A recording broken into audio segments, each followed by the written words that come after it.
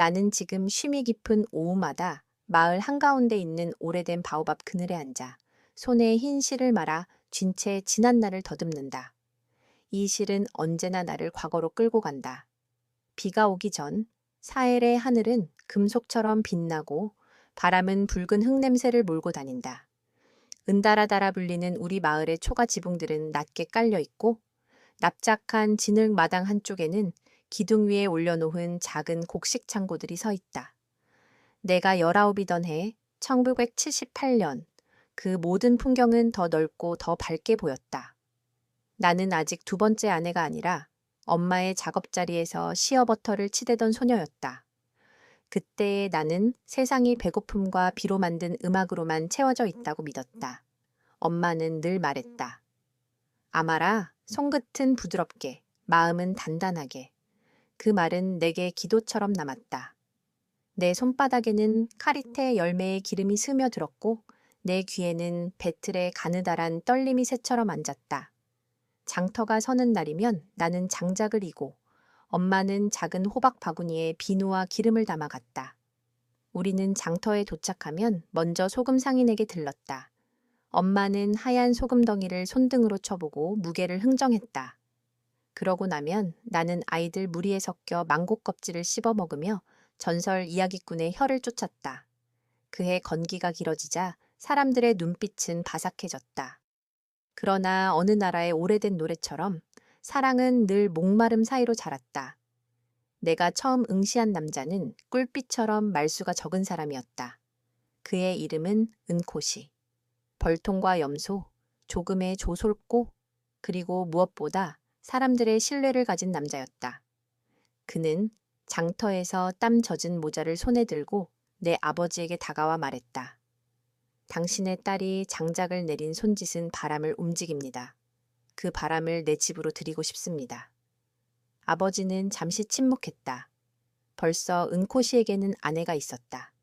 큰아내의 제이나, 마을의 길쌈과 노래를 아는, 바람 앞에서도 허리를 곧게 세우는 여자. 아버지는 천천히 고개를 끄덕였다. 딸에게 물어보지요. 그날 밤 나는 바오밥 아래에서 아버지와 마주 앉았다. 아버지는 내 어깨에 손을 올려놓고 물었다. 너의 삶이 길다면 동행도 많을 수 있다. 너는 한 지붕 아래에 여러 숨을 견딜 수 있겠느냐? 나는 충혈된 하늘을 올려다보았다. 밤별이 가까웠다. 아버지, 저는 강해지고 싶어요. 그리고 그가 말할 줄 모르는 사람이지만 그의 침묵은 거짓말을 하지 않아요. 아버지는 웃음인지 한숨인지 모를 숨을 내쉬었다. 그럼 정해졌다. 혼약의 선물은 큰 약속의 무게대로 들려왔다. 소금덩이 5, 어린 염소 2마리, 호박 바구니에 든 꿀, 그리고 호롱불처럼 빛나는 호박색 구슬 1줄. 가장 중요한 것은 새로 깎은 나무 숟가락이었다. 은코시는 그 숟가락을 내 손에 올려주며 말했다. 이건 우리 집의 입을 하나로 모으는 표시오. 그의 손등에는 벌침 자국이 10개 남아 있었다. 나는 그 흉터를 쓸어보며 말하지 못한 안도감에 젖었다. 이 남자는 상처를 숨기지 않겠구나. 결혼식 날 우리는 흰 실을 손목에 감았다. 실은 얇았지만 우리를 묶는 힘은 실보다 깊었다. 드럼이 밤의 뱃속에서 울렸다.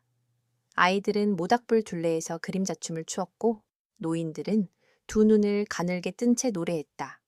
나는 제이나와 처음 마주보았다. 그녀는 내 손목의 실을 가만히 만지더니 고개를 끄덕였다. 나는 네가 무서운지 네가 고마운지 아직 모르겠다. 하지만 우리 집의 불은 함께 지켜야 하니 내 손을 잡아라. 나는 그녀의 손을 꼭 잡았다. 그 손은 거칠고 따뜻했다. 그렇게 시작한 우리의 집은 원을 그리는 3개의 초가 지붕으로 이어졌다. 가운데 마당에는 작은 바위가 있었고 그 위에는 저녁마다 꿀이 몇 방울 흘렀다. 처음 몇 달은 배움의 계절이었다. 나는 제이나의 뒤를 따라다니며 우리 집의 리듬을 익혔다. 어느 날은 벌통을 확인하는 순서, 어느 날은 물독에 닿는 햇빛의 위치, 어느 날은 염소 젖 짜는 시간. 은코시는 우리 각자의 일을 존중하려 애썼다. 그는 저녁마다 작은 칼라밭이 바가지를 어느 집 문턱에 놓아 그날 밤 누구의 집에서 잠들 것인지 조용히 알렸다. 바가지가 우리 문 앞에 오지 않는 밤이면 내 마음은 바람을 닮아 벽을 더듬었다. 질투는 얼굴이 많았다. 입술에 달라붙는 꿀처럼 달콤한 얼굴도 있었고 염소울음처럼 시끄러운 얼굴도 있었다. 그러나 나를 잡아주던 건 마을의 중재자 마가라의 목소리였다. 아마라, 질투는 불씨다. 불씨는 밥을 익히지만 그릇을 태우기도 한다. 나는 새벽마다 우물로 가는 길에서 마가라와 함께 걸었다. 그녀는 내게 작은 구슬을 하나씩 쥐어주며 말했다. 이건 오늘 견딜 한숨, 이건 오늘 나눌 웃음. 덕분에 나는 제이나의 눈빛에 숨어있는 피곤함을 읽기 시작했다. 그녀도 나만큼 흔들리고 있었던 것이다. 비가 드디어 왔을 때 우리는 첫비 축제를 열었다. 아이들은 맨발로 진흙 위를 뛰었고 하늘은 철저히 용서하는 듯이 열렸다. 새하얀 번개가 멀리서 땅을 쓰다듬고 우리 마당의 바오밥 잎사귀 사이로 물방울이 수천 개의 나라처럼 반짝였다. 그해 나는 밭에 조를 더 꽂았다. 손바닥이 갈라질 때마다 은코씨는 벌통에서 꿀을 조금 떠와 내 손을 문질러 주었다. 달고 쓰다. 내가 말하면 그는 웃었다. 그래서 오래간다. 그러나 달콤함만 있던 것은 아니다. 장터에 사피나가 나를 불러 세운 날이 있었다. 그녀는 내 귀에 바늘처럼 속삭였다. 어제 밤바가지는 너희 문턱에 없었지? 들었니? 은코씨가 비색에 새 한가리를 사줬다더라. 내 심장은 움찔했다. 새 한가리는 그의 가뭄 속에서도 물을 오래 지키는 귀한 그릇이었다. 집에 돌아와 제인에게 묻기 전에 나는 내 방에 기둥을 끌어안고 숨을 고르려 노력했다. 분노가 방 안의 모래처럼 자꾸 발에 달라붙었다. 그날 밤 바가지는 우리 문 앞에 조용히 놓였다. 은코씨는 내 곁에 누우며 낮은 목소리로 말했다. 비색의 한가리를 산 건 시장의 흥정 때문이었지 마음의 저울 때문이 아니오. 나는 대답하지 않았다. 오래된 침묵은 때로 말보다 무겁다. 대신 나는 흰 실을 손목에 만지작거렸다. 결혼식의 밤 제이나가 만져주던 그 실. 내가 아직 배우는 사람임을 용서하라.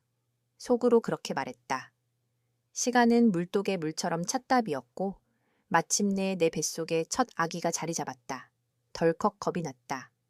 낮에는 엄마의 노래를 떠올리며 배를 문지르고 밤에는 꿈에서 아이의 울음을 들었다. 우리 마을의 샤먼 주주는 내 방에 들어와 향을 피웠다. 아이의 길이 곧다. 그는 말했다. 나는 그 말에 기대 잠들었다. 그런데 몇 주 뒤 기침이 내 가슴을 긁기 시작했다. 제이나가 내 이마를 짚고 말했다. 열이 오르네. 주주의 약만 믿지 말자. 새로 생긴 보건소 이야기는 우리 집에서 늘 논쟁을 불렀다. 은코씨는 주주의 오랜 손을 신뢰했고 나는 보건소의 하얀 약도 믿고 싶었다. 결국 마가라가 중간에서 말했다. 둘 다 하자. 약초는 땅의 지혜, 약은 사람의 공부다. 네 아이에게 2개의 다리를 달아주어라. 그렇게 나는 2개의 길을 동시에 걸었다. 그 선택은 나중에 우리 집의 많은 밤을 조용하게 했다. 아이는 장마가 끝날 무렵 태어났다. 우리는 첫 울음의 날 의식을 했다. 아이의 이름을 정하기 전 나는 그 작은 입술에 꿀 한 방울을 떨어뜨렸다. 달콤함이 삶의 첫 마시길 바라는 기원이었다. 아이의 울음이 가늘게 떨릴 때 은코씨는 나를 바라보며 말했다. 에키, 이 아이는 길을 가르칠 것이다. 나는 고개를 끄덕였다. 에키, 내 아들, 내 2 손을 통과해 세상으로 나온 작은 별. 제이나는 아이를 내 품에서 잠시 받아안고 바람처럼 가벼운 목소리로 속삭였다. 너의 어머니는 우리 모두다. 그날 밤 나는 불빛 아래 앉아 아이의 숨소리에 귀를 기울였다. 바깥에서는 드럼이 멀리서 희미하게 들려왔다. 어쩌면 이 소리는 늘 있었을 것이다. 나는 그 드럼을 우리 집의 심장으로 상상했다. 우리 모두의 숨이 그 박제에 얹혀 살고 있다는 것을 느꼈다. 질투는 여전히 내 안에서 작고 부스럭거렸지만 에키의 작은 손가락이 내 손등을 움켜쥘 때마다 불씨는 밥을 익히는 쪽으로 자라났다. 다음 날 아침 나는 제이나와 함께 우물로 갔다. 우리는 물지개를 나란히 지고 걸었다. 길가의 수수잎이 우리 다리를 스치자 제이나가 말했다. 아마라, 너는 이제 어머니가 되었구나. 나는 속으로 대답했다. 그리고 나는 아직 배우는 사람이다. 바오밥 잎 사이로 햇빛이 쏟아졌다. 흰 실은 내 손목에서 여전히 가늘고 단단하게 빛났다. 장마가 지나고 에키가 걸음마를 떼던 해, 집의 문턱마다 놓이는 작은 칼라바시 바가지는 더 자주 다른 문에 멈춰 섰다. 나는 그 바가지를 들여다보며 하루의 숨을 가다듬었다. 어느 날, 은코씨는 마당 가운데 바오밥 줄기 곁에 앉아 우리 모두를 불렀다.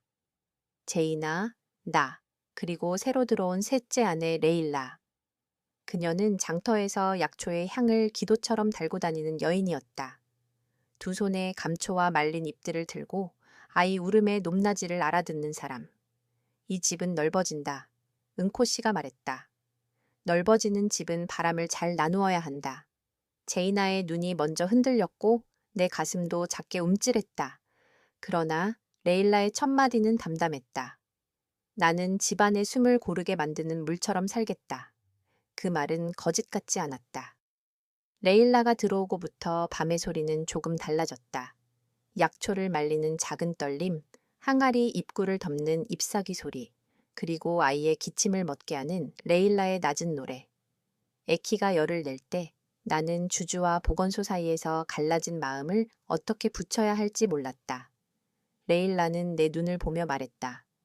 아마라, 내 마음이 먼저 안정을 얻어야 아이의 숨도 고르게 된다. 그녀는 주주의 차를 따라주고 다음 날엔 보건소에서 받은 약을 시간 맞춰 먹였다. 두 개의 길이 한 아이의 작은 가슴에서 만나 휙 소리를 내며 지나갔다. 열이 내린 밤 나는 조용히 울었다. 레일라는 내 어깨를 토닥이며 말했다. 네가 울면 이 집은 물을 얻는다. 그 다음 해 가뭄은 조금 더 깊어졌다. 하늘은 파랗다 못해 단단했고 땅은 균열 사이로 바스러졌다. 장터까지 가는 길에 서 있던 수수의 잎은 먼지에 덮였다. 그런 날엔 마을의 소문도 가볍지 않았다. 사피나는 내게 다가와 속삭였다. 내 남편이 넷째를 맞이한다더라. 도자기를 굽는 비사라고. 나는 빵껍질을 삼키지 못한 아이처럼 목이 막혔다. 비사는 장터에서 늘 사람들을 끌어모았다. 그의 항아리는 물을 오래 품었고 그의 웃음은 칼날처럼 번쩍였다. 집으로 돌아오자 제이나가 먼저 말을 꺼냈다. 일은 바람처럼 온다. 우리가 붙잡을 건 바람의 방향이지 바람 그 자체가 아니다. 나는 고개를 끄덕였지만 심장은 내 말을 듣지 않았다. 비사가 들어온 날 그는 항아리 하나를 내 앞에 밀어두었다. 내 물을 오래 지켜라. 나는 그 항아리를 바라보며 애써 말했다. 고맙네. 그러나 밤이 오고 바가지가 비사의 문에 멈춰 섰을 때 내 손목에 흰 실이 뜨겁게 쪼여오는 것 같았다. 나는 바오밥 뒤쪽으로 돌아가 숨을 고르다가 우물길에서 마가라를 만났다. 불씨가 크구나. 그녀가 말했다. 불을 밥으로 쓰겠느냐, 집을 태우겠느냐, 오늘 밤 너의 혀가 결정한다. 나는 집으로 돌아와 조용히 아이의 옆에 누웠다. 혀를 물고 분노가 지나가길 기다렸다. 그래도 새벽녘 결국 은코씨에게 말했다. 나는 항가리보다 공평을 원한다. 그는 잠시 침묵한 뒤 대답했다. 내가 미숙했다. 그 말 한 줄이 수년 뒤까지도 내 귀에서 마른 바람처럼 울렸다. 그해 늦얼음 메뚜기가 구름처럼 몰려왔다. 우리는 냄비와 접시, 붓과 젖은 천으로 소리를 냈다. 아이들은 팔을 휘저으며 메뚜기 떼를 몰아냈다. 가끔은 메뚜기를 모아 불에 말려 단백질로 삶기도 했다. 배고픔은 수치를 모른다. 나는 에키를 품에 안고 하늘을 올려다보았다. 하늘도 살고 싶어 하는구나. 그 말에 에키는 내 볼을 만졌다. 엄마, 메뚜기 비가 그치면 무지개가 나와? 나오지. 우리가 아직 서로를 포기하지 않는 한. 그날 밤 집의 마당에서 드럼이 길게 울렸고 우리는 곡식 창고 앞에 선 채 다짐했다. 남은 씨앗은 나눠 심자. 물은 숫자가 아니라 순서로 마시자.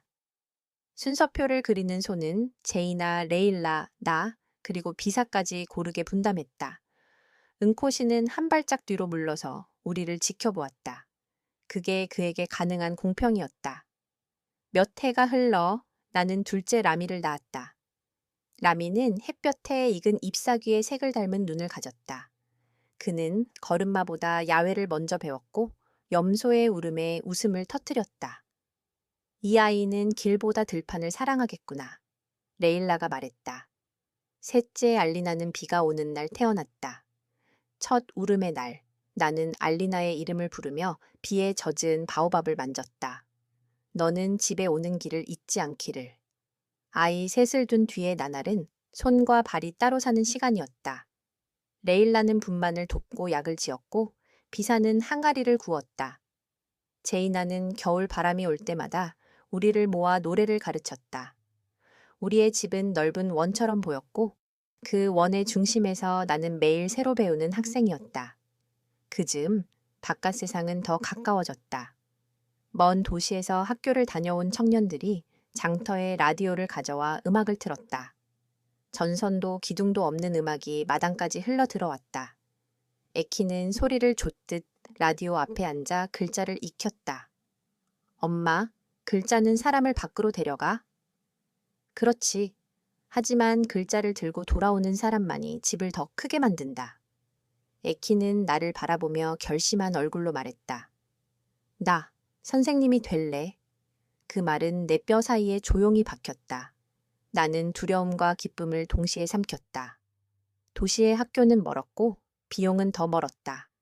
그러나 마가라가 내 손에 작은 주머니를 쥐어주었다. 옥수수 가루와 소금, 그리고 그 아래에 접힌 몇 장의 돈. 마을이 된다. 아이 하나가 길을 밝히면 밤은 더 짧아진다. 아이들에 대해 말하자면 어느 날 나는 일부러 그들을 마당 가운데로 불러 모았다. 에키, 라미, 알리나, 그리고 제이나와 레일라, 비사의 아이들까지. 나는 그들에게 물었다. 너희는 아버지가 누구라고 생각하니? 잠시 정적이 흘렀다. 먼저 에키가 말했다. 아버지는 같은 사람인데 각각의 집에서 다른 옷을 입는 것 같아. 라미가 손을 번쩍 들었다. 나는 아버지가 들판에 있을 때 제일 좋아. 알리나는 내 치마를 잡아당기며 속삭였다. 아버지는 목소리가 두 개야. 엄마 앞에서의 목소리, 우리 앞에서의 목소리. 나는 웃음이 났다가도 목이 맸다. 그럼 엄마들은? 아이들은 서로를 보았다. 엄마는 한 명인데 이모가 셋이야. 에키가 말했다. 이모는 나를 혼내기도 하고 밥을 주기도 하고 신발을 고쳐주기도 해. 그러니까 엄마는 넷이야. 라미가 고개를 갸웃했다. 근데 때로는 누구 말을 들어야 할지 모르겠어. 그 말에 제이나가 조용히 끼어들었다. 그래서 규칙이 있는 거야. 큰 일은 이 마당에서 정하고 작은 일은 방에서 정한다. 너희가 헷갈릴 때는 바오밥을 보아라. 가장 오래 살아남은 것이 가장 많은 바람을 겪는다. 그날 저녁 나는 아이들과 오래 이야기했다. 학교 이야기를 할 때 에키는 눈이 반짝였다. 전통춤의 발을 세는 법을 가르칠 때 라미는 너무 빨리 달려가 넘어졌다. 알리나는 레일라의 약초를 헤집어 향을 맡으며 나도 아기를 받는 사람이 될래 라고 했다. 나는 아이들의 말을 노트처럼 마음에 접었다. 한 아이는 밖으로, 한 아이는 들판으로, 한 아이는 집안의 생명으로. 그 서로 다른 길이 한 지붕 아래에서 충돌하지 않고 마찰로 불만 내지 않길 바랐다. 어른들의 질투를 아이들의 혼란이 따라가면 집은 기울어진다. 나는 그 사실을 매일같이 배웠다. 비사의 장사가 잘 되던 어느 날 은코씨는 그의 손에 새로운 칼을 쥐어주었다. 시장에서 흥정에 얻은 광택나는 칼이었다. 사피나는 그 장면을 멀리서 보고 내게 속삭였다. 칼끝은 어디로 가는지 보라고 아마라. 나는 더 이상 사피나의 말에 바로 흔들리지 않으려 했다. 대신 그날 밤 은코씨에게 물었다. 왜 비색의 칼을? 그는 답했다. 가매부를 드리는 손을 위한 것이오. 너에겐 무엇이 필요하오? 그 물음에 나는 잠시 말문이 막혔다. 나는 오래 고민하다가 말했지. 공평한 밤과 공평한 낮. 그는 고개를 끄덕였다. 다음 날부터 바가지의 순서는 더 정교해졌다. 때로는 그 정교함이 나를 덜 외롭게 했다. 그러나 모든 것이 표처럼 움직이진 않았다. 건기 끝자락, 라미가 들판에서 돌아와 열에 떨기 시작했다. 주주가 왔고 레일라가 왔다.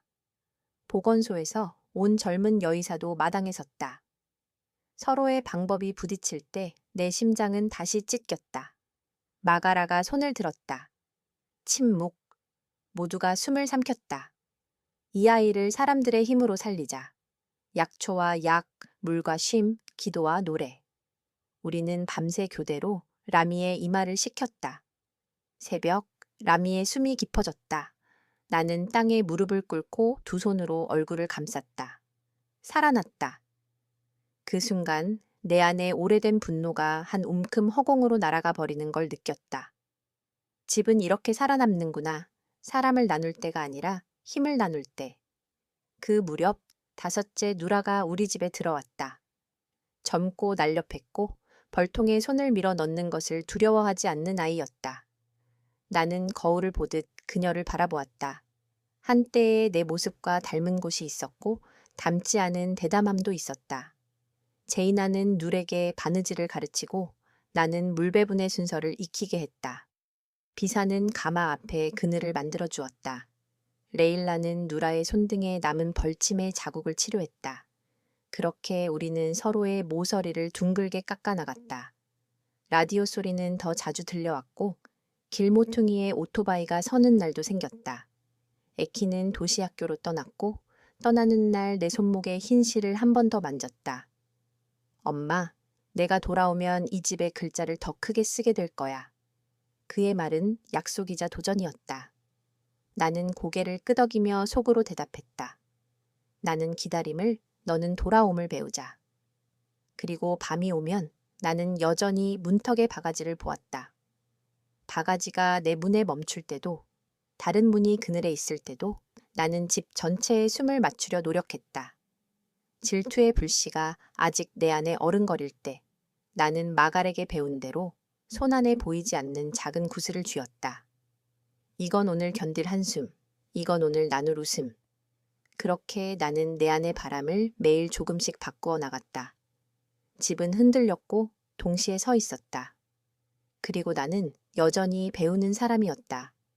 나이 든 지금의 나는 다시 바오밥 그늘에 앉아 손목에 흰 실을 만지작거린다.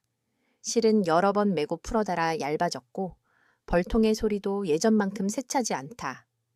은코시의 걸음은 조금씩 느려졌고 염소들은 우리 아이들처럼 각자의 길을 알아서 찾는다. 어느 순간부터 우리 문턱에 작은 칼라바시 바가지는 그 의미가 달라졌다. 누구의 집에서 밤을 보낼지 알리던 표시가 이제는 오늘은 누구 곁이 더 필요한가를 묻는 질문이 되었기 때문이다. 나도 제이나도 레일라도 비사도 누라도 각자의 나이를 견디며 서로의 숨을 듣는 법을 배웠다. 그 즈음 에키가 돌아왔다. 도시의 학교에서 글자를 가르치는 선생님이 되어 어깨에는 헌책 가방을, 눈에는 멍일에서 배운 빛을 담고 그는 마당 가운데 서서 우리를 둘러보았다. 엄마, 큰엄마, 이모들. 그는 잠시 말을 고르다가 조심스레 꺼냈다. 나는 한 사람과 한 집을 이루는 길을 택하고 싶어. 그 말이 마당에 놓이자 바람 소리까지 멈춘 듯했다. 제이나가 먼저 고개를 끄덕였다. 네가 고른 길이라면 우리가 축복을 놓치지 말자. 비사는 한가리 입구를 만지며 말했다. 집은 모양을 바꿔도 물을 담을 수 있어야 하지. 레일라는 빙긋 웃으며 아이들 쪽을 가리켰다. 서로의 다름을 배우는 걸 놓치지 않으면 돼. 나는 에키의 손을 잡았다. 우리는 너를 붙잡지 않으려 한다. 다만 너의 돌아오는 길을 언제나 켜두겠다. 그러나 생각만큼 말끔하지는 않았다. 밤에 은코시는 내 곁에서 낮게 말했다. 우리 아이가 우리 집의 모양을 부정하는 것 같아 서운했소. 나는 숨을 고르며 대꾸했다. 부정이라기보다 선택일 뿐이요. 우리가 배운 건 나눔이고 그가 배울 건 집중이겠지. 은코시는 긴 한숨을 내쉬었다. 그렇다면 내 배움도 아직 끝나지 않았군. 며칠 뒤 마을에 슬픈 소식이 돌았다. 마가라가 눈을 감았다는 소식. 우리는 새벽에 흰 실을 조금씩 잘라 바오밥 가지에 묶었다. 장례의식에서 나는 마가라의 손을 떠올렸다. 이건 오늘 견딜 한숨, 이건 오늘 나눌 웃음. 그 말이 내 귓속에서 떨리자 눈물이 흘렀다. 마을의 노인들은 그녀가 남긴 규칙의 돌판을 바오밥 아래에 묻었다. 주주는 제사를 마치고 내게 낮게 말했다. 이젠 너희가 서로의 중재자가 되어라. 나는 고개를 끄덕였다. 마가라가 비워놓은 자리에 넓이를 실감했다. 장마가 시작되기 직전 벌통을 손보던 은코씨가 갑자기 쓰러졌다. 얼굴이 붉게 부풀어 오르고 숨이 거칠었다.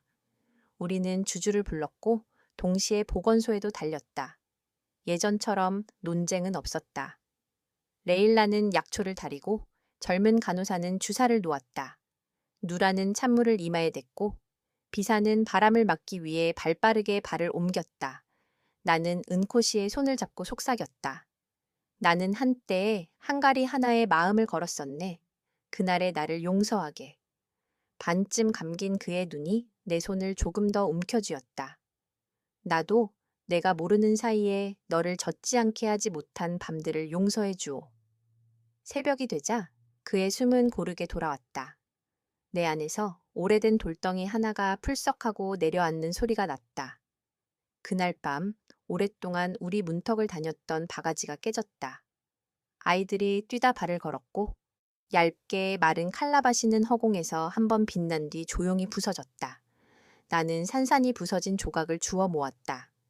이제 표를 다시 만들자. 제이나가 말했다. 우리는 비사의 얇은 점토판에 줄을 그어 순서를 새기고 옆에 사유라는 칸을 하나 더 만들었다. 오늘 누가 더 위로가 필요한지 적자. 레일라가 제안했다. 누라는 그 아래에 작은 꿀 방울을 그렸다. 달게 위로하자. 바가지는 부서졌지만 우리 집의 호흡은 더 온기를 얻었다. 아이들은 어느새 각자의 키만큼 멀리 서 있었다. 라미는 들판을 떠돌며 양과 염소를 돌보는 일에 완전히 빠져 있었다. 가끔 오토바이를 타고 장터에 나타나면 먼지 속에서 웃으며 물었다. 엄마, 오늘 수수는 몇 줌이나 탈곡했어? 그의 손엔 들판에 바람 냄새가 묻어 있었다. 알리나는 레일라에게서 더 많이 배우더니 이제는 스스로 아기를 받는 손을 가졌다. 마을 여인들이 밤에 찾아오면 알리나는 손바닥에 향을 올려 눈빛을 가라앉혔다. 숨을 세세요. 셋, 넷. 나는 알리나의 손등을 쓰다듬으며 속삭였다. 네가 집으로 들어오는 길을 잊지 않아 고맙다. 에키는 마을 한쪽에 작은 검은 칠판을 들고 서서 아이들에게 글자를 가르쳤다. 해에 질 무렵이면 아이들이 칠판 앞에 줄을 섰고 에키는 오늘의 단어는 집이라고 쓰며 물었다. 집은 무엇이니?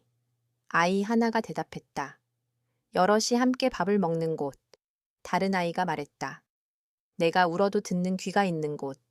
그리고 내 막내 조카는 칠판에 바오밥을 그렸다. 가장 오래 서 있는 것. 나는 멀찍이 서서 조용히 웃었다.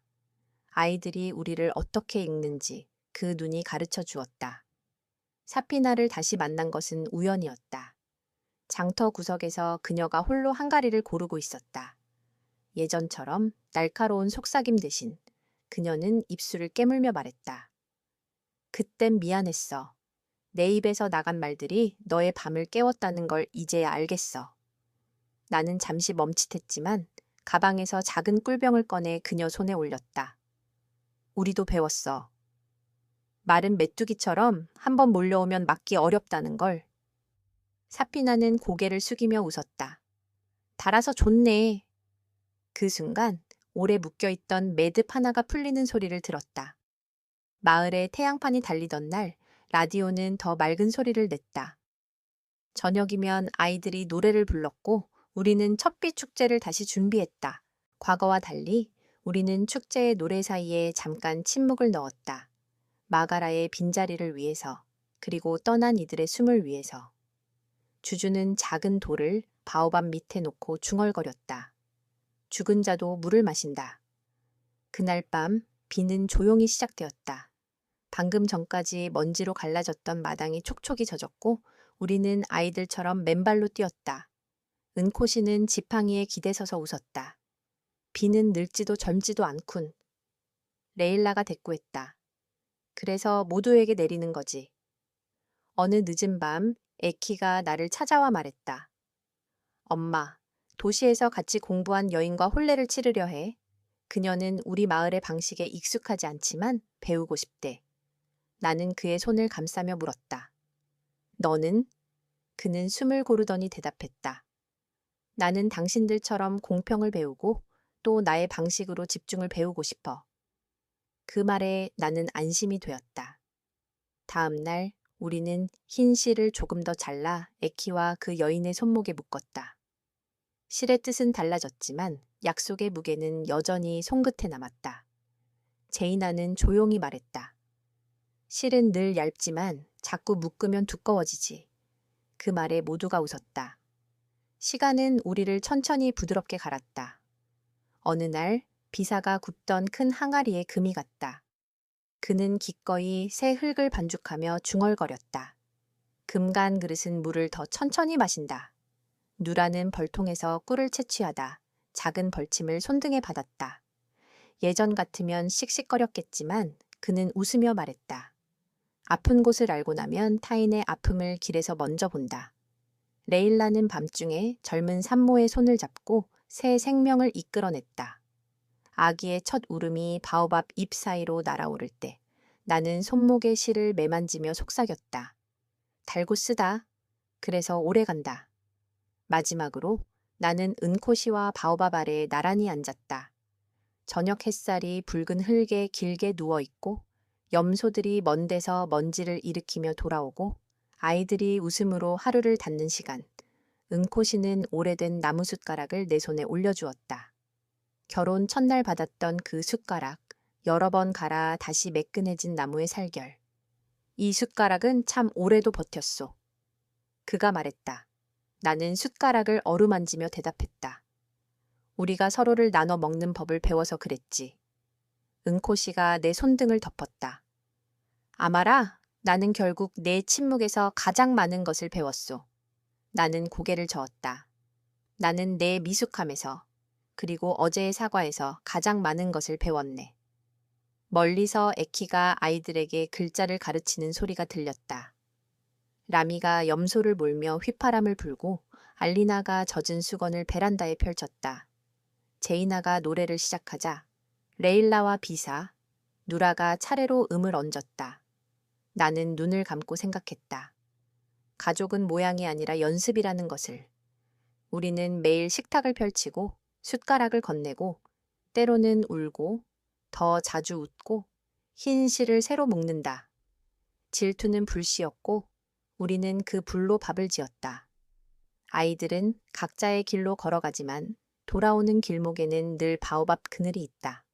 언젠가 내가 이 세상을 떠나면 내 아이들이 내 손목의 흰 실을 조금 잘라 새로운 손목에 묶어주기를 바란다.